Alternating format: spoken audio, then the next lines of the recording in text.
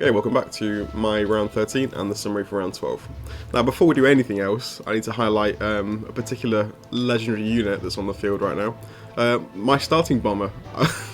I noticed, I think I noticed it last turn that it's been doing well on raids, but I just went through the war diary from round 1 to see what it's actually done. And in this game, it's done six raids, bombing raids, on complexes, and done 23 IPC worth of damage, and it's still alive. So this bomber is absolutely awesome. So I've got two objectives now: keeping this bomber alive, hopefully, in this game, and then obviously winning the game. So I'm going to be keeping a very close eye on this bomber from now on. I'm going to see how long it can live in this game. I hope it's going to live. I hope it can last to the end, but we'll see. It might finally fall to the German complex at some point, but we'll see. I'm going to keep bombing with it and see how long we can make it last. But so far, 6 raids, 6 successful raids, and it's still going, so happy days. Right, anyway, round 12.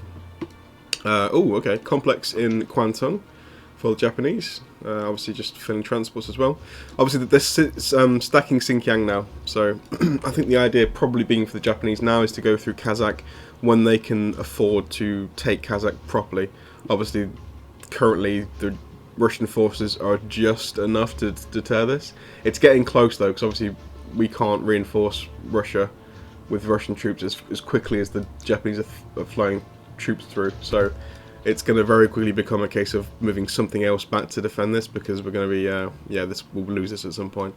And then obviously the plan then probably for the Japanese is to go to the Caucasus, and then from there just sit in there tight, probably with some kind of joint effort from the Germans as well to try and pressure Russia from the Caucasus. So if we can prevent that happening, that's going to be a good thing. Yeah, but for now it's not too much of a concern. Combat, again, trading provinces, and pretty standard. So for... Oh, and also he didn't go for the Alaskan thing, which actually I think for us was disappointing, because this...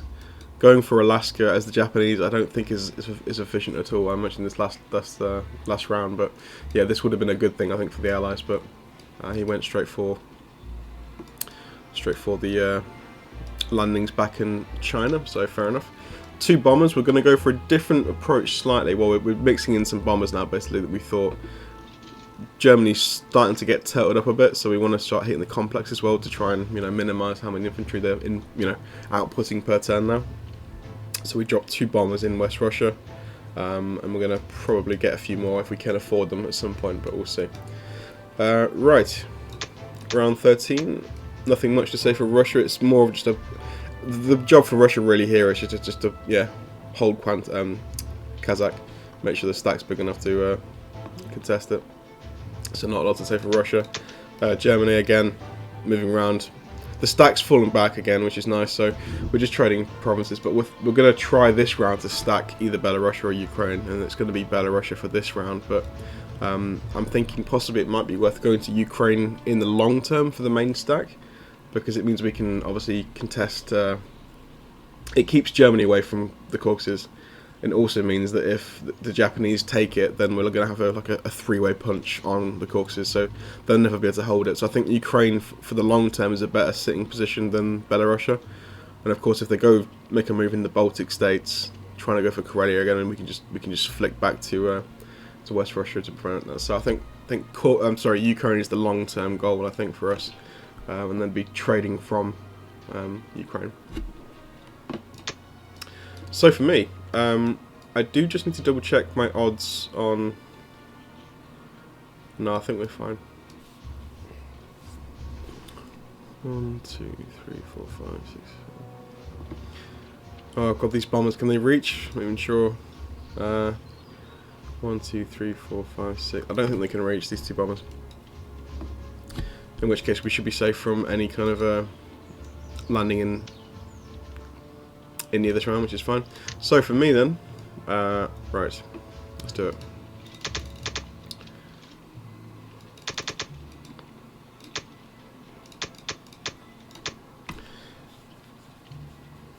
Maximum units, of course.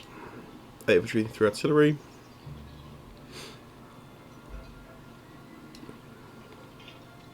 Okay, that's good. So combat first things first, getting the bombing rate going. So I mean, number 7 for this particular bomber. Right, we are going to trade quite a bit of land this round. So Ukraine goes. We're taking in artillery and infantry. There is just one. Yeah, just one. That's good. And then the rest of the stack will move to. That's out of range, of course. To Ukraine. I will go for 2 tanks as well. I wanted to take Kazakh because obviously, if I don't take Kazakh, the Japanese actually have odds to control it because they'll be able to land 4 fighters in there as well, which gives them just the edge they need to hold it. So I want to take this down, attack with planes, as I will do here as well. Belarus will fall by itself. We could go for some kind of goofy attack on, what's this, Evenki, but no, I'm going to just spread out my infantry across this Archangel and start on Vologda. I'm going to pull back as well into India, I think, just to ensure we hold it. Might try and leave one infantry in Burma to be cheeky, but I'd imagine that'll be taken. I think though that's probably going to do it for us. Just double checking the board. Still got a sub left, which I'll never be able to use. I'm just hoping he forgets it for one round. I can get like a slightly favourable odds somewhere, and yeah, we'll see. We'll leave it there for now. Let's use my defence profile on retreat because it needs to be.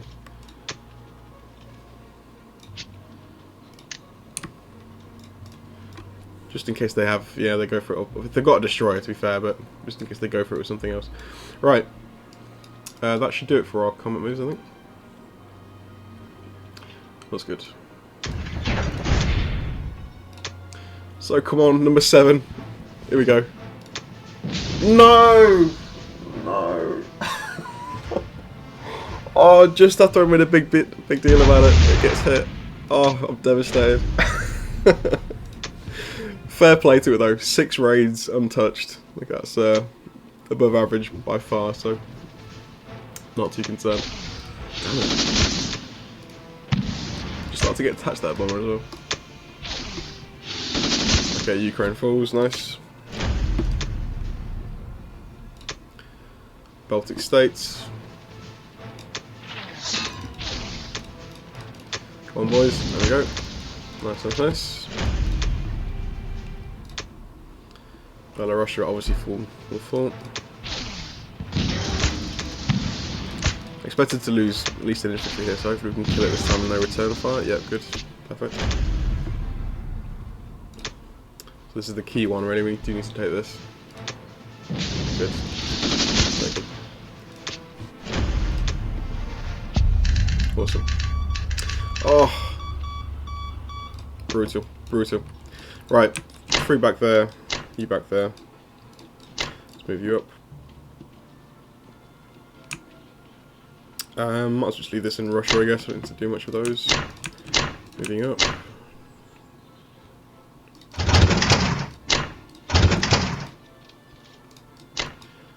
Move the guy here. No easy takes. Then we can move 1, 2, 3 to Persia.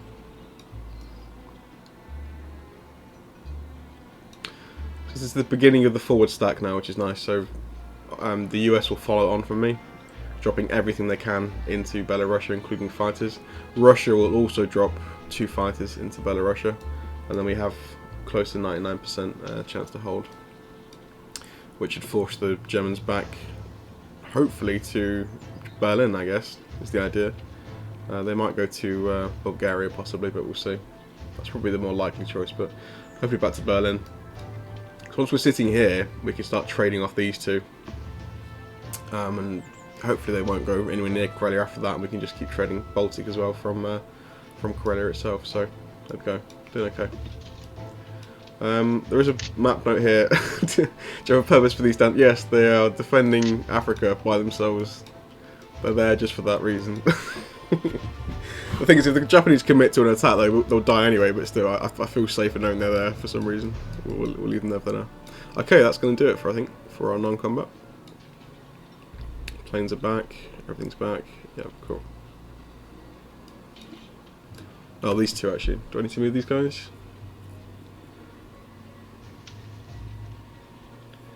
I'm going to move them forward. I'm going to move one of them forward maybe, just give me a few more options I think. Taking Ukraine without affecting the stack, or yeah, I can attack back this way as well if I need to. Yeah, that's fine, that's fine. So, 3 infantry. Sorted. Okay, 350 versus 312. It's close.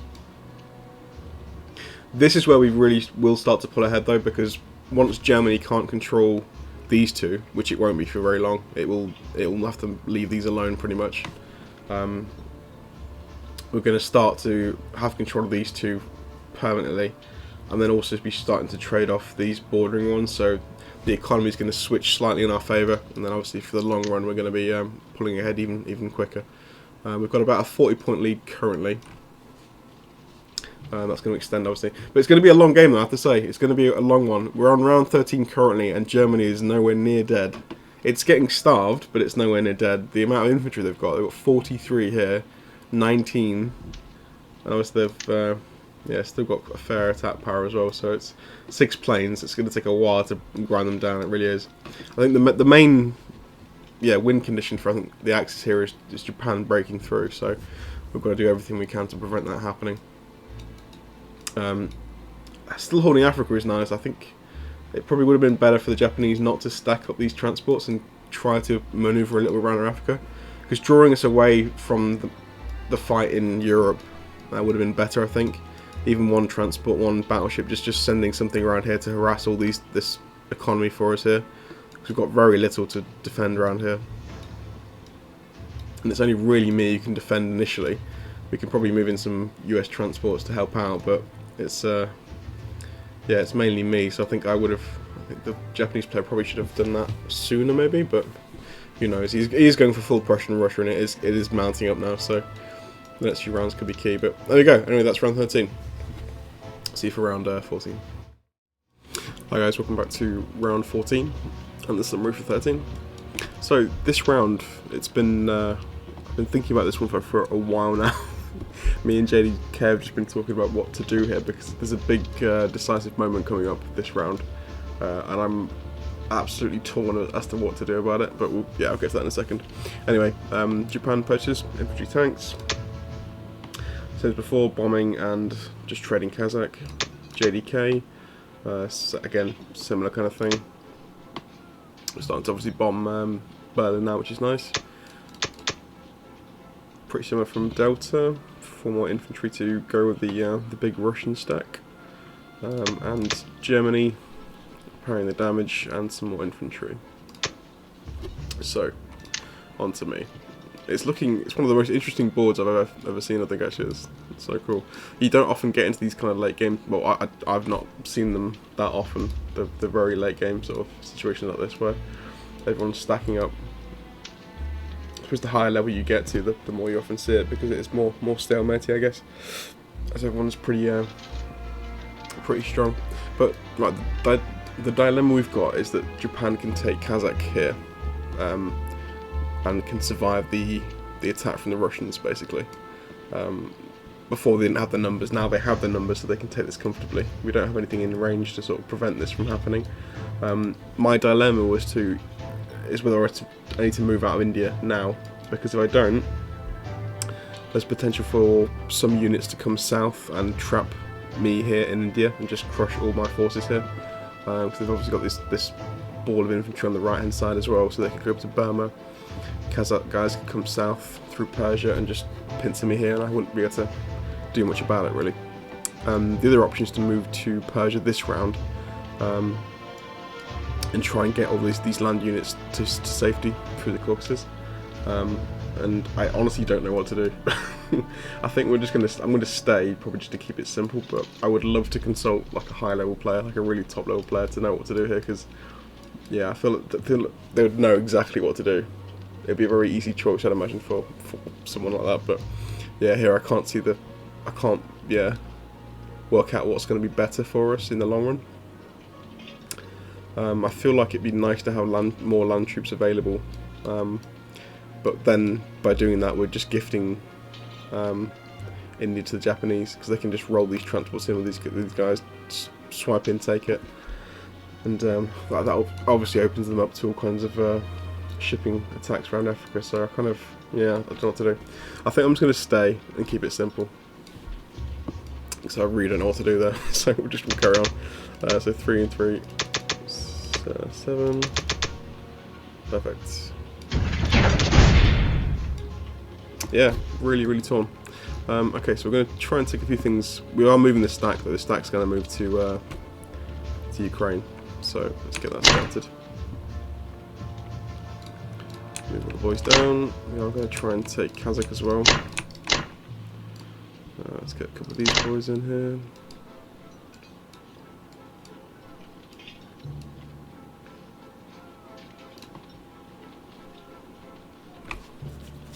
Actually, I'm going to use these fighters elsewhere. Actually, let's do this instead. Let's do 1, 2, 3, plus some fighter support. Then 1, 2, 3. Let's do that, because we've got everything moving here anyway. So Ukraine will fall regardless. I think that's probably. I could obviously take France and Northwestern here, but I think that would be a bit dangerous given the aerial capabilities of Germany. We don't have a lot of ships available to defend. I don't really want to have fighters sitting in the ocean. It's safer to come this way, just to avoid everything entirely. Right. Okay, I think that's what I want to do. Baltic, Kazakh, Ukraine, Kazakh. I was thinking about maybe doing something a bit here, but I'll probably just leave that. I just want the numbers, I think. Yeah, we'll leave it.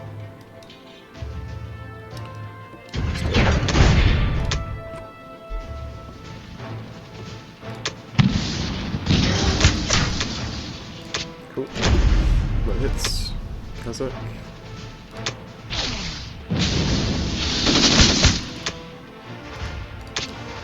Good so far. Baltic states. Not as good. Try again. Okay, we took it at least. That's the main thing. Okay, so get you guys down.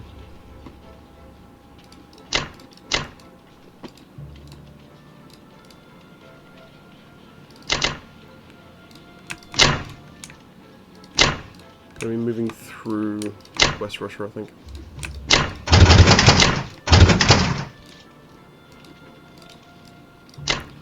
There we go. 1, 2. Oops. Cancel that quickly. 1, 2, 3.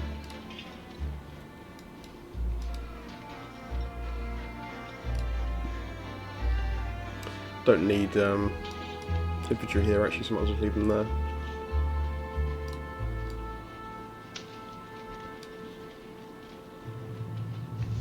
Yeah, that's fine there as well. Okay, I think that's probably be it for our go.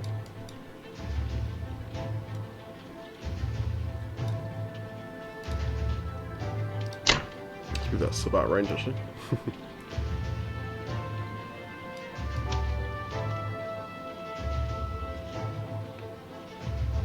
Okay, that's fine.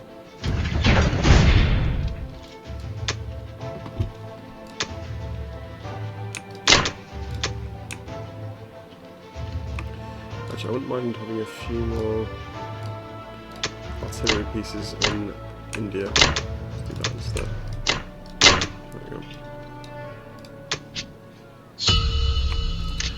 Okay, let's check it. 375 versus 329. I think if the game was to stay as it is now, in the current positions, we'd obviously win in the end, but the fact that Japan now has a big enough stack to move forward is getting a little bit dicey for us. The USA's got a hell of a lot of troops around, but they're not quite connected just yet. We're still marching them through, so yeah, it's a bit scary now. This next turn from Japan's going to be really interesting. I'm really curious what they do. It could be the decisive move. I'm kind of worried about my guys in India, I'll be honest. I feel like they could just very easily now get pincered and crushed. There's not really a lot I could do about it, but I'll try and make a fight out of it at least. I'm sure we can make something work. Send some fighters down maybe and cause some problems for them. I guess there's another way as well. If Japan wants to commit heavy to the south, they would have to commit a decent amount of troops to do that, because we'll obviously have a lot of fighters available. It's going to distract them from the main goal of actually, you know, controlling Caucasus and Moscow, so that may be a good thing actually, but we'll see. Yeah, JDK's watching. Yeah, this round could be crucial. We'll see what Japan does, and we'll have a better idea of what's going on. Anyway, there we go. That's round 14. I'll see you for the next round.